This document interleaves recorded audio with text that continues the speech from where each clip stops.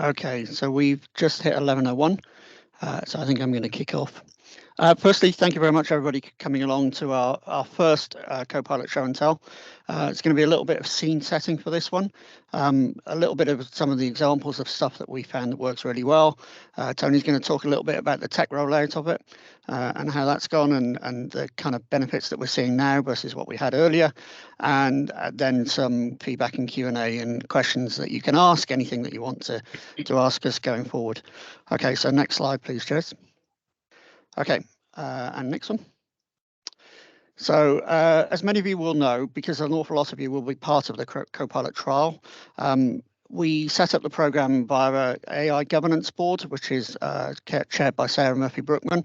And not only does that look at governance, but it also kind of has responsibility for identifying a lot of those efficiencies within projects and also savings opportunities that Copilot will hopefully bring us across the whole of the organization.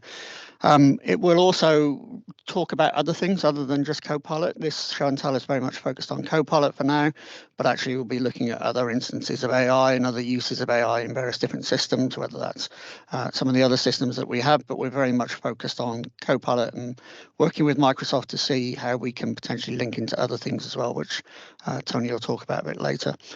That board has cross-directorate representation from just about all directorates at a relatively senior level, but also focuses heavily on things like information governance, legal and risk areas. And our Copilot trial consisted of 300 licenses, which have now. So if there's people that don't have them who want them, which there always is, it's sort of a one in, one out at the moment. But we do have a very small number of licenses that we're still allocating. Next slide, please. So we've always approached AI with a kind of a lens of making sure that we're transparent with it, and these show and tells are part of that process. So actually making sure that people understand what they're doing and how we're working in it. But also trying to make sure that it's ethically rolled out and trustworthy. And with this, because we're partnering with Microsoft, we have a huge amount of advantage because they have looked at this really, really closely. And they've been really looking at this for the best part of 10 years, maybe not so much with the kind of generative AI stuff, but certainly with the way that machine learning and AI works. So you'll see on screen some of the things that they are really focused in on, and we're piggybacking, building on some of those stuff. Some of the guidance that you'll see come out as well has been based on areas like LOTI, which are the London Technology for Local Authorities group. So we're piggybacking on their guidance. We're also writing our own guidance, and Jennifer is going to talk a little bit later about the kind of information governance approach that we've taken to this. But we're all times trying to be, as I say, transparent and accountable for what we do with AI. I think it's really important not only for us as workers, but also for members and for residents as well, that we're really transparent about what we're doing. Next slide. I mentioned earlier a little bit about risk. We are obviously focused in on those risks. We're tracking them and keeping them and mitigating them. There's a lot of stuff around resident engagement and consultation that we'll be doing, but we also have some processes in place for things like data security issues, and Jennifer will talk a little bit more about those in a bit, and reporting of what may potentially be breaches. You'll see on the right-hand side an image of what should be a risk register, but AI is not very good at spelling. It's one of the things that you always quite notice with it if you ask it to do something that's specifically related to spelling. Anyway, next up, I think Tony's going to talk to us a little bit about the tech rollout that we followed and that we've been through over the next couple of minutes. Tony, over to you. Yeah, cheers, Pete. Well, morning, everyone. Happy New Year from IT. So I'm Tony Ellis, Service Director for IT. If we can be on, Jez, I'll do my little bit. So I thought I'd just give people a sort of a wider context of what's going on and how Bucks is fitting into the local authority landscape. So Bucks and 6 other UK English local authorities are part of what's called this early access program. So the history here, which some of you may or may not know, is that we were approached. You had to be approached by Microsoft. So it's a feather in the cap for the council that Bucks saw us and Microsoft saw us in that light, that we were approached to join what they call their early access program, which basically gives us, we pay the same as every other local authority who's buying 300 licenses, but we get the inside track on all developments, and critically, we get access, daily, hourly access to all the Microsoft support team, which has really been invaluable for us. So there's 7 English local authorities in total. And as I found out last week when I came back to work, there's also 4 Welsh local authorities. So the focus is very much, that means that we got a lot of attention with inside Microsoft, which we are maximizing to the nth degree, not just on Copilot, but a whole range of things. But it does mean that we get the sort of the early news, we have immediate contact, we're regularly chatting with them nearly every day, the Copilot team. It's really useful to us. I think the other side, just to note, is that we do see it very much as a sector initiative. So much as we're doing some great stuff in Bucks, it's still early days, and it's something I wanted to stress. Realistically, we're only 2 months in on this one, so it is early days, but we are very keen to work with other local authorities.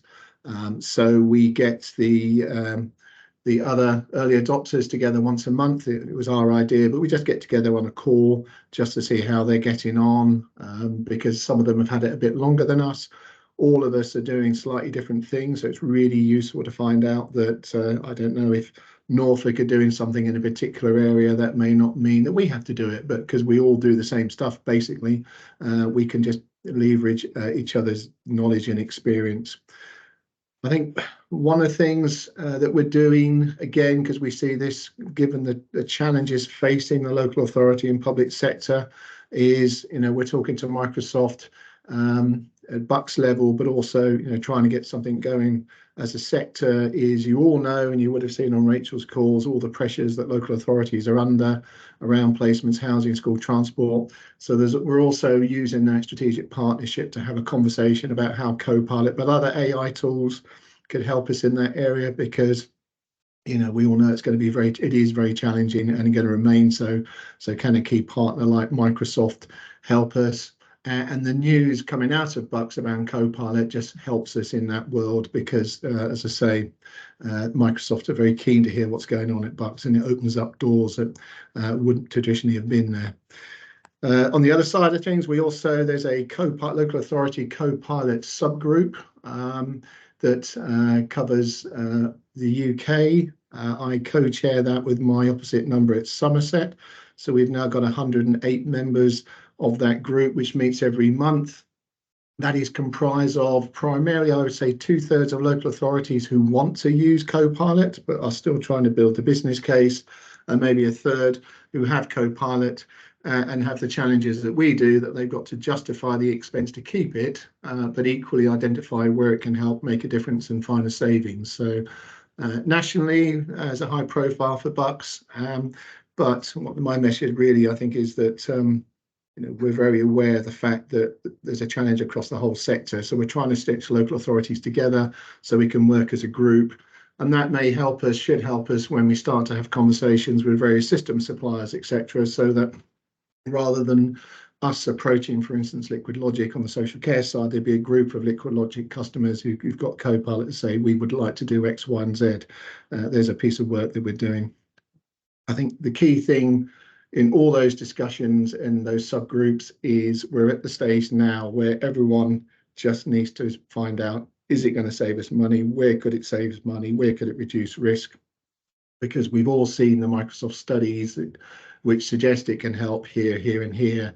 Everyone now needs to start focusing down on where can it help and can we quantify it? Or if it's not helping, why? Because there's a conversation to be had with Microsoft as we think it can do better in this area, or it doesn't seem to be helping us. So it's a two-way conversation. Next slide, Tinkle. So this is where my popularity might go up. Okay, so Excel, still in preview. It's not brilliant. The full version of that is due next month. And you may already notice that when you came back from leave, that in classic Outlook, which we all love because we really don't love the new Outlook, in classic Outlook, you would have noticed, or if you haven't, that you've already started to see some Copilot capabilities. So you'll notice in traditional Outlook, you will see there's a summarize button now, and you'll be pleased to know next month, you'll be able to use classic Outlook to compose emails as well. So I know we've all tried. I'm still trying with new Outlook. It is harder work than it should be. Microsoft have obviously listened to this because it's not just us. So Copilot will be put into the classic Outlook. As I say, you've got summarized capability now. Next month, we will have the ability to, for those who've used it, you can go into classic Outlook and use Copilot to create an email. Now, we don't know, all we know is February. We don't know if it's February the 10th or February the 20th. It's gone one of those where we just wake up, log in and notice that something's changed. And I thought it just might be useful to explain to people that all our Microsoft environment is basically we're part of the Microsoft world now. So when they turn something on, we don't know when they've done it. It just washes across all the Microsoft customers and it will hit us at a certain date and a certain time. And so, don't be surprised if, you log out one day and you log in the next day and you found you've got some new capabilities. But I think the good news is Copilot is coming to Classic Outlook, and I'm guessing that's going to make some people very happy. Certainly going to make me happy. The other thing that we're doing is we're focusing on integration of Copilot into other applications. So we've already done work to integrate Copilot Teams into 8x8 on the telephony side, and we've integrated it into the website, and we've now started a process to integrate it into ServiceNow. So if you go into 365 chat and ask how do I reset my IT password, it's actually searching the ServiceNow knowledge base, and there's going to be more work in that area. We've been working with adults and children's to pull together a sort of a wish list of how we would like Copilot to integrate into LAS and LCS and Contract and all the applications in that area. And indeed, we're lifting that work. It's nothing more than a wish list, but we're lifting that work and talking to the early access, the other 6 LAs. And we've got a workshop next week where, as a group, we're going to come together for a couple of ideas. Can we build together a high-level document that says, basically, wouldn't it be great within Copilot if I could search LAS or LCS to do this? And then that document will go to the Liquid Logic supplier so that we can have a conversation as a group to see how we can get integration between Copilot and their products going. And for the other local authorities, if they haven't got Liquid Logic, if they've got Mosaic or whatever, it's a generic document. The idea being is that document can go to the social care suppliers, whoever they may be, for customers who've got Copilot to start having a conversation about integration. But I think, the next 6 months, you're going to hear more of an update of how we can, we really want to get Copilot into those back office systems where we can. So, for instance, could we apply Copilot over to case notes, etc.? That's where we want to go, and that's where the other local authorities want to go. Back at the ranch, and I'm stealing people's thunders here, I see Marie's on the call, is, the contact centre has really led from the front. I know they've had the challenge that they've implemented a new CRM, so we just need the dust to settle to have sort of normal operating environment when the new CRM's now settled down, where they can gauge the true impact of Copilot. But it still remains positive in terms of wrap-up times, the quality of the call recording notes, etc. But Marie and all the contact centre staff, thank you. You're doing a great job. So we're going to keep a beady eye on that one. But what we need from everyone on this call and people who've got Copilot is we really need to quantify where it's making a difference and can it make a difference, and is there a return on investment there? Because the harsh reality is, just as well as I do, money is tight. There's 10 months away from justifying keeping Copilot. This time next year, it could be gone and it may be that it doesn't.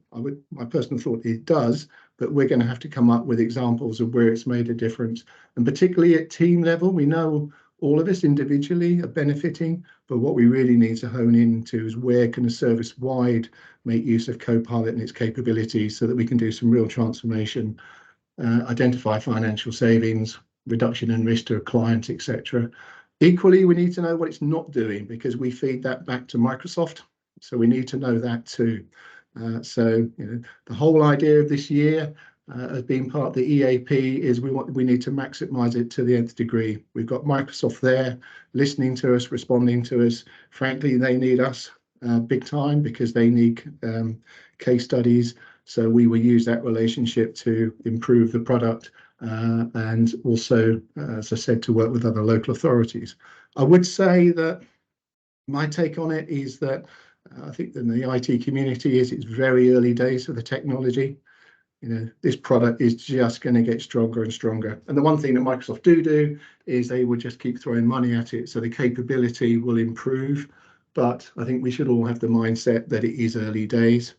And certainly I've been involved in conversations with some of you, and my own experience when it comes to prompts. It's clear that if you push it too far, it will say go away, because effectively each prompt has only so much compute power. So basically, it's only got so much power, at which point it will say you're asking me to do too much. Now, there is no clear guidance on what that limit is. It's just something that we will find, and you would have found that if you go too far and ask it to do too much, it will say go away, because you're asking, but so you have to sometimes change a prompt, reduce the scope, and then see how, see if you get a different result. These are just some of the things that so that's just an observation from myself. Otherwise, it is stable now. The days of buttons coming and going have gone, so we're not seeing that. If there is anyone out there who still hasn't got a button or anything, can you please let us know? Because as far as we know, it's out there. If you haven't, but shout. And as you are all finding, prompts are everything. Certainly I found that, I can make a prompt in one way. It doesn't seem to be brilliant. If I slightly rejig it, it works better. So again, we will be pulling all that together, be some cracking examples of, and I saw the award winner for using prompts. Prompts are everything. We'll pull that information together. Bottom line, still early days, but the clock is ticking on proving its value. So I'll stop there. Cool, thanks, Tony. I think Jennifer's going to do a quick bit on information governance. If we can go on to the next slide. Just talking about kind of some of the risk stuff and issues and stuff like that. Jennifer, over to you. I think there's another slide. Go on. I think this is my slide. Yeah, these are just some points to remember. We are trying to keep the public up to date with our use, and we're being transparent. We did get an initial flurry of some freedom of information requests, but that seems to have calmed down. FOIs often go with what's in the public domain. I have recently seen in the Financial Times some companies are creating their own versions of Copilot and are coming out quite clear about how they're using it and what kind of training the staff have had, etc. So we'll be looking at our own engagement with the public to make sure that they're comfortable with what the council is doing. As part of that, ensuring that the public are confident, it's really important that everybody that's using Copilot does sign the NDA. An email went out just before Christmas, and I think we're going to be sending out some more comms to make sure everybody signed up so they recognize the importance of using the data appropriately, making sure that there is oversight, that we're not allowing Copilot to be just taking at face value the returns from Copilot, and also that where information's uncovered that we weren't expecting or didn't think we should have access to, that we are reporting that. There's a very easy to fill in form on ServiceNow, and we really would appreciate people letting us know when they've uncovered data. Really important if it's personal data, and then we can investigate that further. But any sort of data, so that we can get our SharePoint security, file structures, and access rights correct, and the SharePoint champions are made aware of that. So please do, and please discuss that with your colleagues. Where the data protection impact assessment is in place, and any feedback that you have around any risks or things that you think might be happening or you're unsure about or how they're working, please feel free to just write to the data protection email address, and we'll have a look at those. As majority of you will know, a data protection impact assessment is a living document. It's not something that we just close down. We're continually looking at how we are processing the personal data. So please do feel that you can raise any concerns you might have, and we can have conversations around that. It's really important that staff feel comfortable with the tools and what's happening with them. I think I have had some feedback that staff are concerned, and some people are a bit wary about using Copilot, and we really want to encourage that, people feel comfortable with it. And as Tony said earlier on, we as an organization feel that with our links with Microsoft, they're very strong, and they are our partner, and they're our partner in this. So I think we can have confidence in that. But the main concern, if there are concerns that we need to be aware of, that we're not allowing any AI tool, and as we progress, through Copilot and onto other tools, at any time, that there isn't automated decision making, because that's where we would be at risk as an organization. And automated decision is where there isn't human oversight. So as long as we're all committed to overseeing what the AI tools are doing, we shouldn't fall foul of that. But it's very important that we all are aware of that and thinking about that. So I think that's all I need to say. Thank you very much, Jennifer. We were going to do a little bit of tips and tricks. Tony's already mentioned about the customer service center one. We're kind of short on time, so I was just going to give you a quick example of one that I've recently discovered, which I think works really well for me. And then if there's time at the end, we'll get Tony to come back on the customer service one, but Marie's on the call as well, so I can answer any questions. So next slide. So we first bit, got slide slightly out of order. Tony talked about the prompt, and really prompt engineering is what it's all about. There is some guidance from Microsoft that talks about the 4 things that you need in a prompt. So you need a goal. So what response do you want? Why do you need it and who's involved with it? Where it should look for information and what you expect to get back from that. GCSE, I don't know whether that's a good acronym or not, but if you go to the next slide, you'll get an example of what a good prompt looks like. So this is, again, broken down into those 4 sections. So if you think about it in this way, generate 3 to 5 bullet points. So that's the output, what you're trying to get from it. And then to prepare me for a meeting with Tony Ellis to discuss his objectives for social care. Focus on email and Teams chats since June, so that'll go back and references all those chats and email conversations I've been having with Tony, and then please use simple language so I can get up to speed quickly. So that's a prompt which will hopefully generate list of 3 or 5 bullet points. Really straightforward, but it has those constituent parts of the prompt, and those are the things that you need to be thinking about. A longer version of this is available on the Centre of Excellence Teams channel, which everybody on this call, I think, is actually a member of. Jez is also pulling together some of the areas. We seem to have Gavin sharing his screen now, which is slightly bemusing because I think he's in a meeting somewhere else. Jez, can you steal the screen back? Yep. I think Gavin may be in 2 meetings, which is quite impressive, really. But anyway, so next slide. I'm just talking very briefly. We've only got 5 minutes left, and I'm aware that there may be some questions. This is an example around procurement. So this is a very simple example, really. We actually, next slide, Jez, we actually ran a recent procurement exercise for tender proposal for extending the capability of local service directories. Quite boring. It was a procurement let on pro contract for a call-off arrangement. 2 responses, supplier A, supplier B. Back to Tony's earlier point about trying to ask it to do too much. If you try and get it to compare 8 different things, it gets quite confused, and that's the compute power thing coming in. And I did the normal evaluation. So I did my evaluation carrying out versus the procurement spec and scored and moderated it in the usual way. And then I gave Copilot a prompt. And I said, think of yourself as a head of procurement for a local authority, compare these 2 documents. So I was able to reference those 2 documents that they supplied me and the procurement specification, which was published on Pro Contract. Evaluate them against each other and against the criteria published, create a recommendation. So next slide.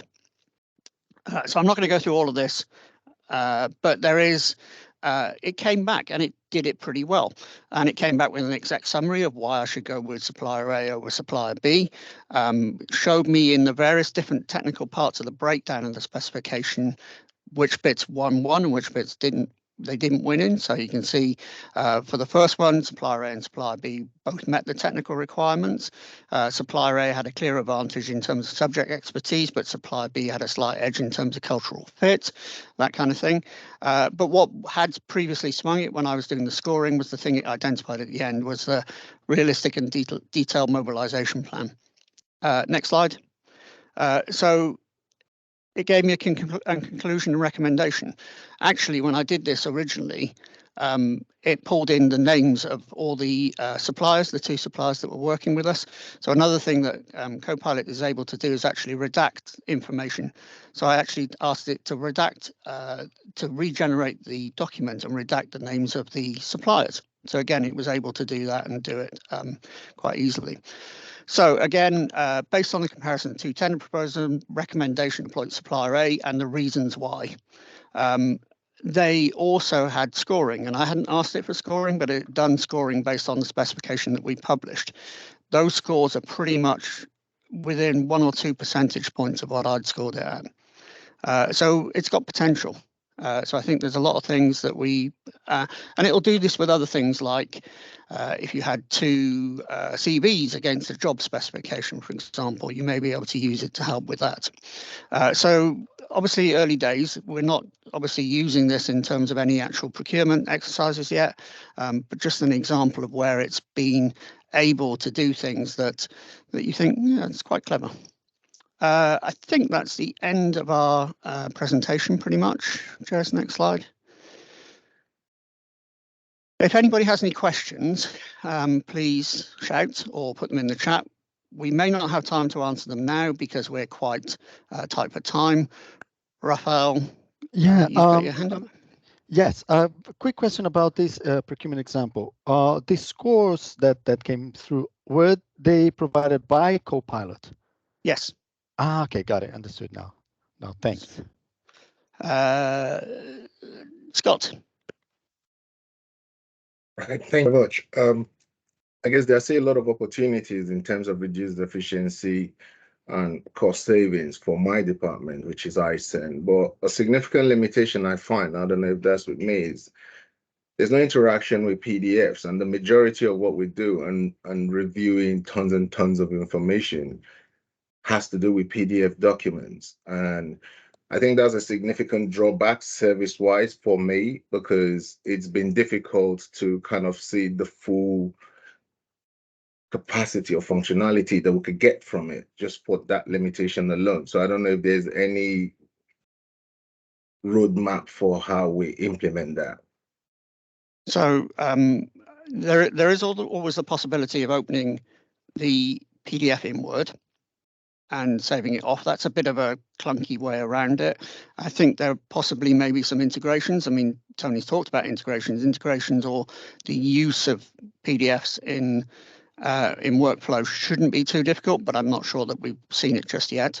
Jez, you had your hand up. I don't know if you had a comment on that. Yes, thanks, Pete. So just as an example, the evaluations that Pete's just presented, one of those was a PDF document.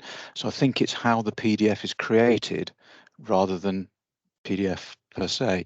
And I suspect, without any evidence to back this up, but I suspect it's very similar. A lot of what we do in the web team is focus on accessibility and trying to make documents that are accessible to people with screen readers, for example. And there are some challenges around PDF for that. And if the PDF is created in an accessible way, I suspect it will also work with Copilot. But if it's a PDF that's locked or has been created from a scanned image or some other method of creating them, then it won't. So I don't think it's black and white necessarily for PDF. Yeah. Tony, you want to come in? Yeah, perils are going on leave, because I think I probably would have been better on this answer 2 weeks ago. But I think if you go into Edge and open up the PDF within Edge, then you've got a far better capability. So you might want to try that one. We've also seen, I was on a call last week where Microsoft folks were showing how Copilot can lift the text from a screenshot, which I thought was interesting, and also analyze videos. So there are capabilities. So I think this one's emerging. But I have a try opening the PDF in Edge and see how you get on by putting a link in. That might be worth a shout. But we'll pick that one up and take it away. Excellent. Thanks, Tony. People are dropping off because it's 10:30. I think next time we'll probably do more of that kind of meat of how it's being used and what it's being used for, rather than necessarily going through the kind of program setup and stuff like that. That's just stuff for the first one, really. But thank you very much, everybody, for your time today. As I say, if you have any questions, speak to either myself or Tony or Jez or anybody on the call, and we'll try and answer it. So thank you very much. Yeah, keep up the good work, folks. Thank you. Yeah, Great. and Thanks so keep much. keep Bye. feeding back, keep filling in your surveys, keep feeding back, keep giving us examples of where it works for you. That's really important. Thanks a lot. Thank you. Bye.